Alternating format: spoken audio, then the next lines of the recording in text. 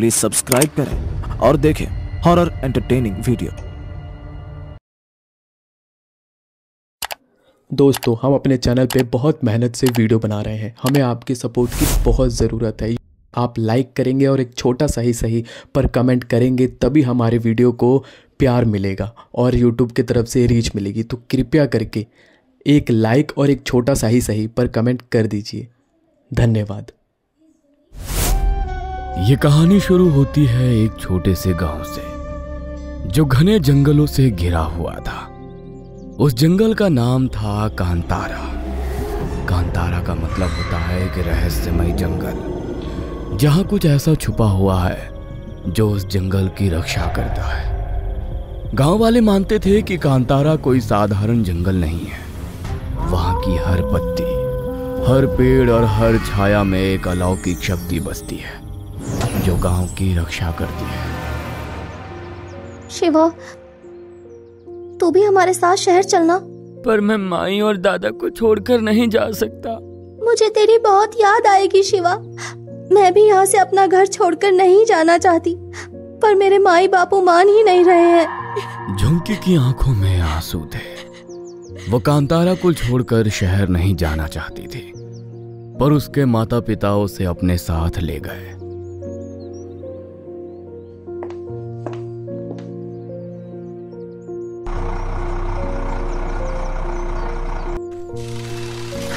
आज झुमकी भी गांव छोड़कर चली गई। पहले गोलू, फिर बिल्लू और अब झुमकी भी चली गई। मेरे सारे दोस्त यहाँ से चले गए। दादा, ये सब गांव वाले आखिर कांतारा को छोड़कर क्यों जा रहे हैं? क्योंकि हमारे पंजुरुली देव हमसे नाराज हो चुके हैं। उनके क्रोध का सामना कहीं इन्हें ना करना पड़ जाए, इसीलिए ये लोग जा रहे हैं। मगर ऐसा क्या हुआ दादा, जो हमारे पंजुरुली देव हमसे नाराज हो गए हैं? इसकी शुरुआत आज से 1 महीने पहले हुई थी, जब पूरे कांतारा वासी भूत कोला के अनुष्ठान में थे। प्रत्येक वर्ष की तरह इस बार भी ये सांस्कृतिक उत्सव मनाया जा रहा था। सभी लोग बहुत खुश थे। कांतारा के लोग सदियों से अपने इस जंगल को सुरक्षित रखने के लिए प्रत्येक वर्ष भूता काला अनुष्ठान में पंजुरुली देव की पूजा करते हैं।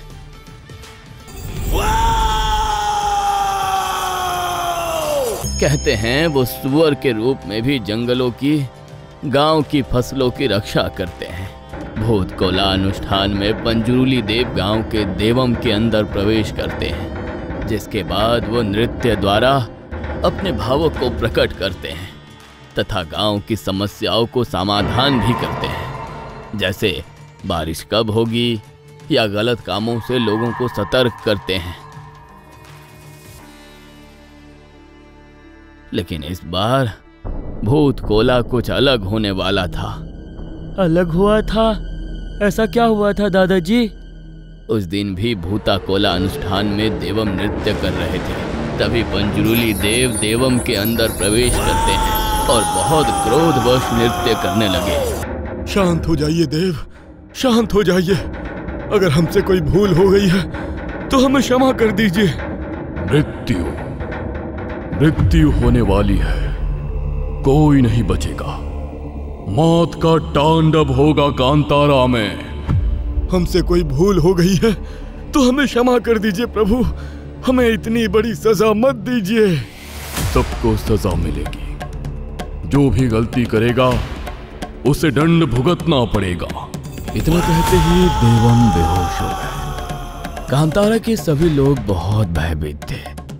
किसी को समझ नहीं आ रहा था आखिर पंजुरुली देव का इशारा किस ओर था, क्या होने वाला था, जिसके बारे में पंजुरुली देव ने सबको चिताया था। 2 दिन बाद, जगिया भाई, शाम होने को आई है, आज घर नहीं चलना क्या? तुम जाओ दामोदर, मैं थोड़ी देर और लकड़ी काटूंगा। कल से खेतों का काम शुरू करूंगा तो वक्त नहीं मिलेगा जंगल आने का, इसलिए तुम जाओ, मैं थोड़ी देर में आऊंगा। ठीक है भाई, आराम से आना। इतना कहकर दामोदर वहां से चला गया और जगिया वहीं लकड़ी काटने लगा। शाम ढल चुकी थी। अंधेरा होने में बस कुछ ही समय बाकी था, पर तभी जगिया को महसूस हुआ जैसे सामने की झाड़ियों में हलचल हो रही है। अरे झाड़ियों में हलचल कैसी? इतना सोचते हुए वो झाड़ियों के करीब गया, पर उसने कुछ ऐसा देखा जो उसकी कल्पना से परे था।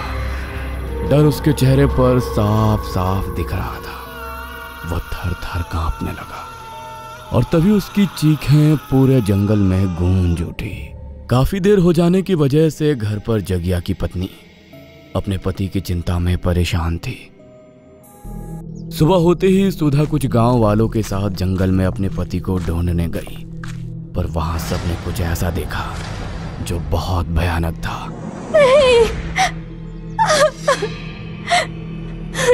सुधा के पति की लाश जंगल में पड़ी हुई थी, जिसके शरीर पर काफी घाव के निशान थे।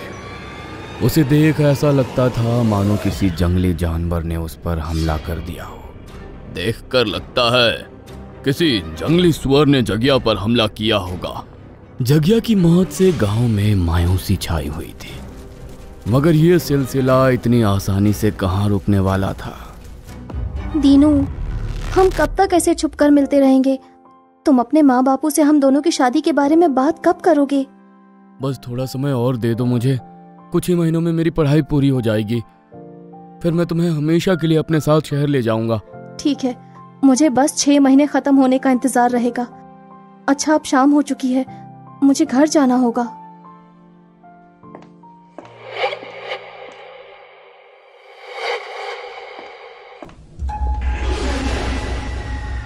अगले दिन सुबह जब गांव वालों को धानी और दीनू दोनों की लाशें मिली तो गांव वाले बहुत ही ज्यादा भयभीत हो गए, क्योंकि इन दोनों की लाशें भी उसी तरह कटी फटी हालत में थी जैसे जगिया की लाश की थी। लगता है जंगल में कोई जंगली सुअर पागल हो गया है, वही ऐसे लोगों को मार रहा है। हमें जल्दी उसे पकड़ना होगा, नहीं तो वो और भी लोगों को नुकसान पहुंचा सकता है। अरे हाँ, अब से रात में कुछ गांव के लोग पहरा दिया करेंगे और जंगल में शाम ढलने के बाद अब से कोई भी नहीं जाएगा। गांव में मुखिया के आदेश से लोगों ने रात में चौकीदारी करना शुरू कर दिया, मगर ये मौतों का सिलसिला रुकने कहां वाला था। ये तो अभी शुरुआत थी। मुखिया जी, वो अरे राजू, आगे कुछ बोलेगा भी? क्या हुआ, तो घबराया हुआ क्यों है? मैं और भोला तहसील पर जब निगरानी कर रहे थे तभी मुझे भोला की चीखने की आवाज सुनाई दी। उसकी आवाज को सुनकर जब मैं उसके पास गया तो मैंने देखा झाड़ियों में एक भयानक जीव जिसकी दोनों आंखें लाल थीं, वो भोला को मारकर खा रहा था। और क्या देखा तुमने? अंधेरा बहुत घना था सरपंच जी, इसलिए मैं ज्यादा कुछ देख नहीं पाया, पर मुझे पता है वो जीव बहुत शक्तिशाली है, उसे मारना इतना आसान नहीं होगा। दिन ब दिन कांतारा में मौतों का सिलसिला बढ़ने लगा। आए दिन किसी न किसी व्यक्ति की जान जाने लगी। गांव वालों को समझ आ गया था कि पंजरूली देव ने जो कहा था वो सच हो रहा था। सबके मन में अब सिर्फ और सिर्फ डर था। सब खत्म हो जाएगा, सब गांव वाले धीरे धीरे मारे जाएंगे। पंजरूली देव का क्रोध हम पर बरस रहा है। पर ऐसी क्या भूल कर दी हमने जो हमारे देवता हमसे रुष्ट हो चुके हैं? वो तो हमें नहीं पता, पर अगर ऐसा ही चलता रहा तो कांतारा से लोगों का नामो निशान ही ना खत्म हो जाए। नहीं मुखिया जी, हमको नहीं मरना है। पहले हमें लगता था ये जंगल हमारी रक्षा करता है, पर ये रक्षक ही अब भक्षक बन चुका है। इसीलिए बेहतर होगा हम सब ये कांतारा छोड़कर चले जाएं। क्या? कांतारा छोड़कर चले जाएं? हाँ, अगर अपनी अपनी जान बचानी है तो सबको कांतारा छोड़कर जाना होगा। कांतारा छोड़कर जाने के विचार से ही सब लोग असमंजस में थे, क्योंकि कांतारा के जंगलों से ही उनके परिवार का पालन पोषण होता आया था। पर अब बात सबकी जान की थी, इसलिए सब धीरे धीरे कांतारा छोड़कर जा रहे हैं। तो क्या अगर हम लोग यहाँ रहें तो हम सब भी खत्म हो जाएंगे दादाजी? ऐसा औरों को लगता है बेटा, पर मुझे अपने भगवान पर पूरा भरोसा है। हमारे पंजूरी देव जो सालों से हमारे रक्षक है, वो कभी भक्षक नहीं हो सकते। शिवा बेटा, बहुत हो गई बातें, आओ अब खाना खा लो। क्या हुआ माँ? तू इतनी कमजोर क्यों लग रही है? तेरी तबीयत तो ठीक है ना? पता नहीं बेटा, हल्का बुखार लग रहा है। तो तू काम क्यों कर रही है माँ? तुझे तो आराम करना चाहिए। बेटा मैं आराम नहीं कर सकती, बहुत सारे घर के काम बाकी हैं और जंगल से लकड़ियाँ भी तो लेकर आनी है। माँ तू ये सब की चिंता मत कर, मैं हूँ ना, तू जा बस आराम कर, लकड़ियाँ मैं लेकर आ जाऊंगा। नहीं बेटा, जंगल में आजकल वैसे भी बहुत खतरा है, तेरा घर पर रहना ही ठीक है, मैं चली जाऊंगी। माँ खतरा रात में है और मैं दिन में ही वापस लौट कर आ जाऊंगा, तू चिंता मत कर मेरी। थोड़ी देर बाद शिवा जंगल की ओर लकड़ियां लेने के लिए निकल पड़ा। जंगल में काफी सन्नाटा था। वो जल्दी जल्दी जंगल से लकड़ी इकट्ठा कर रहा था कि तभी उसे पत्तों के बीच में एक रोशनी आती हुई नजर आई। उस रोशनी की तरफ जैसे ही उसने हाथ बढ़ाया तो वहां एक घुंघरू था। उस छोटे से घुंघरू की चमक किसी हीरे से भी तेज थी। इतना चमकता हुआ घुंघरू आज से पहले तो मैंने कभी नहीं देखा, पर ये यहाँ इस जंगल में कैसे आया? तभी शिवा को घुंघरू की आवाज आई। उसने इधर उधर देखने की कोशिश की। तभी उसने देखा कि एक सुअर जिसके पैरों में घुंघरू बंधे हुए थे वो तेजी से भागते हुए जा रहा था। उस जीव का आकर्षण इतना ज्यादा था कि शिवा अपने आप को रोक नहीं पाया और वो भी उसका पीछा करने लगा।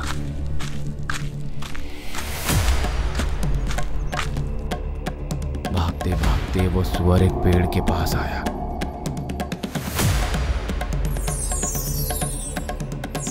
और आंखों के सामने से ओझल हो गया। शिवा भी जैसे ही उस पेड़ के करीब आया तो उस पेड़ के चारों तरफ अग्नि की ज्वाला धधकने लगी। शिवा की आंखें अचानक लाल हो गई और वो आसमान की ओर देखते हुए चिल्लाने लगा।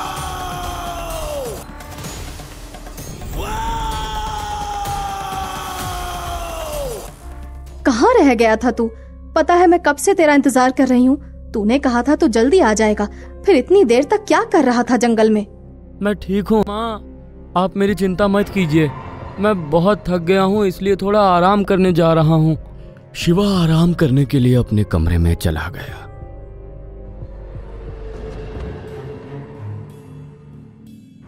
पर जैसे ही उसने आंखें बंद की उसकी आंखों के सामने कुछ अजीब से दृश्य आने लगे। वह दृश्य बहुत ही ज्यादा डरावने थे। शिवा की आंखें बंद थीं, फिर भी उसके चेहरे पर चिंता की लकीरें और पसीने की बूंदें ये बता रही थी कि वह बहुत ज्यादा घबराया हुआ था। ये जो भी हुआ है वो ठीक नहीं हुआ। अगले दिन की बात है। शिवा को बहुत तेज बुखार था।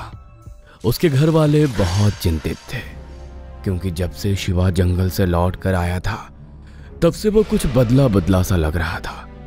उसकी मां ने उससे कई बार पूछा मगर उसने कुछ भी नहीं बताया। उसी शाम की बात है। गांव के मंदिर के पास अचानक से ढोल नगाड़ों की आवाजें आने लगी। अरे ये आवाज ये तो गांव के मंदिर से आ रही है। ऐसे नगाड़ों की ध्वनि तो भूता कोला अनुष्ठान में आती है, पर पिछली बार जो कुछ भी अनुष्ठान में हुआ उसके बाद इस अनुष्ठान को वापस करने की हिम्मत फिर कौन कर रहा है? चलो जाकर देखते हैं।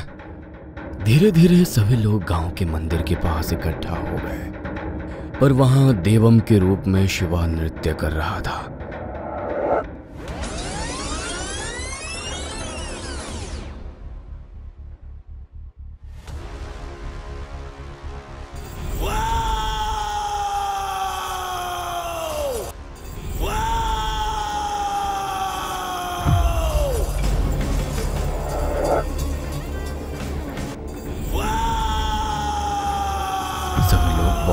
आश्चर्यचकित थे। किसी को समझ नहीं आ रहा था कि क्या हो रहा है।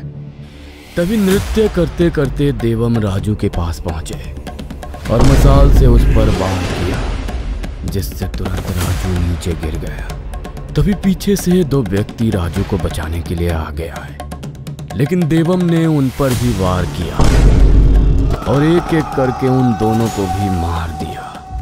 ये देख राजू और गांव वाले बहुत भयभीत हो गए। सभी को लग रहा था शायद पंजरूली देव बहुत क्रोधित हो चुके हैं, इसीलिए कहीं आज वो सबको यहीं खत्म ना कर दे। पर तभी राजू डरते हुए बोला, मुखिया जी मुझे बचा लीजिए, ये मुझे मार देगा। आप तो देव हो प्रभु, आखिर हमने ऐसा क्या दोष किया है जो आप ऐसे निर्दोषों की जान ले रहे हैं? हत्यारा है ये, निर्दोष लोगों की जान ली है इसने, धोखा दिया है सबको। बता सबके सामने क्या गुनाह किया है तूने? माफ कर दो मुझे प्रभु, माफ कर दो, मुझसे गलती हो गई। क्या गलती हुई है राजू तुझसे? सच सच बता। ये सब जो गांव में हो रहा है, लोगों की मौतें, ये सब मेरी वजह से हुआ है। कांतारा का जंगल जो बेशकीमती जंगलों में आता है, उसे शहर के लोग अपने कब्जे में लेना चाहते थे, पर यहाँ के लोग कांतारा को छोड़कर कभी नहीं जाएंगे। ये बात शहर के बड़े बड़े बिजनेसमैन डीलरों को पता थी, इसीलिए उन्होंने मुझे कांतारा को खाली कराने का काम सौंपा। पिछली बार जब देवम ने गांव में होने वाली मौतों का भविष्य बताया था, तो गांव वाले उस बात को नहीं समझे। मृत्यु होने वाली है, कोई नहीं बचेगा। मौत का तांडव होगा कांतारा में। इसलिए मुझे इससे अच्छा मौका और कहाँ मिलता। मैंने पंजरूली देव की आड़ में आकर गांव वालों को जंगल में मारना शुरू कर दिया और सारा इल्जाम जंगली सुअरों पर डाल दिया। भोला को भी मैंने ही मारकर सबके सामने झूठी कहानी रची थी, ताकि गांव वालों के अंदर डर पैदा हो। और उस दिन पंचायत में सब लोगों को डराने के लिए गांव से जाने के लिए कहना भी मेरी ही साजिश थी। नहीं मुखिया जी, हमको नहीं मरना है। पहले हमें लगता था ये जंगल हमारी रक्षा करता है, पर ये रक्षक ही अब भक्षक बन चुका है। इसीलिए बेहतर होगा हम सब ये कांतारा छोड़कर चले जाएं। क्या? कांतारा छोड़कर चले जाएं? हाँ, अगर अपनी अपनी जान बचानी है तो सबको कांतारा छोड़कर जाना होगा। सबको अपने परिवार की चिंता थी, इसलिए लोग गांव खाली करने के लिए आसानी से तैयार हो गए। राजू, तू इतना घटिया इंसान है कि अपने फायदे के लिए तूने निर्दोष लोगों की हत्या की। तेरे चक्कर में आकर ना जाने कितने लोगों ने कांतारा छोड़ भी दिया। तूने हमारे पंजरूली देव की भक्ति और आस्था पर लोगों के मन में शंका पैदा की। इसका दंड तो तुझे जरूर मिलना चाहिए। इसके बाद देवम ने उसे जोर से धक्का दिया और वो जाकर मंदिर के सामने गिर पड़ा। तभी हाथों में तलवार लेकर पंजरूली देव राजू की ओर बढ़ने लगे। उनके हर कदम के साथ डर से राजू थर थर कांप रहा था। पर तभी पंजरूली देव ने उस पर वार किया और वो वहीं खत्म हो गया। गांव वालों ने पंजरूली देव के सामने हाथ जोड़कर उनसे क्षमा मांगी। कांतारा सदैव मेरा ही रहेगा। जो भी इसकी ओर आंख उठाकर देखेगा, उसे स्वयं मैं दंड दूंगा।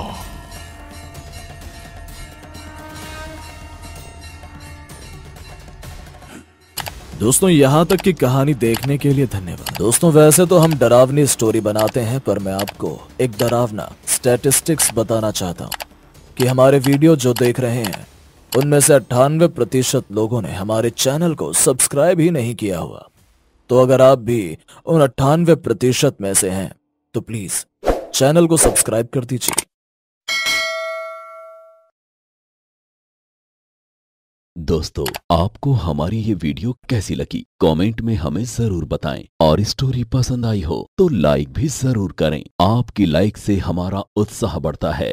हॉरर होमीज यूट्यूब चैनल को सब्सक्राइब कर बेल आइकन भी जरूर दबाएं, ताकि आगे आने वाली स्टोरी आप सबसे पहले देख पाएं। हमारी स्टोरी को प्यार देने के लिए और पूरी देखने के लिए आपका बहुत बहुत धन्यवाद।